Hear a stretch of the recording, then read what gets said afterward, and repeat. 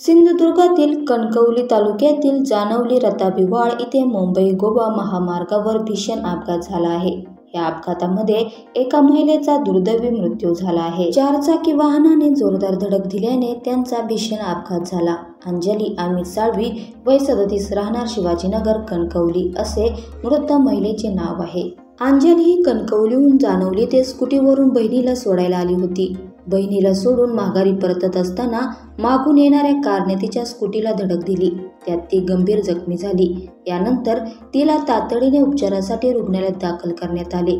तिच्या डोक्याला गंभीर दुखापत झाली होती। गुरुवारी सायंकाळी आपल्या बहिणीला जानवली रताबीवाळ इथे घरी सोडून अंजली साळवे ह्या मिडलकट जवळून कणकवलीच्या दिशेने येत असताना कारने जोरदार धडक दिली। त्यानंतर कार चालकाने घटनास्थळावरून पळ काढला। जखमी अवस्थेत अंजली साळवे यांना कणकवली येथील खासगी रुग्णालयात दाखल केले, मात्र त्यांचा उपचाराआधीच मृत्यू झाला।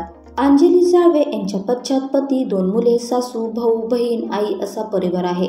मयत अंजली यांचा मृतदेह शवविच्छेदनासाठी कणकवली उपजिल्हा रुग्णालयात दाखल करण्यात आला असून अधिक तपास कणकवली पोलीस करत आहेत। धडक देऊन पळालेल्या कार चालकाचा शोध सुरू आहे, अशी माहिती पोलिसांनी दिली।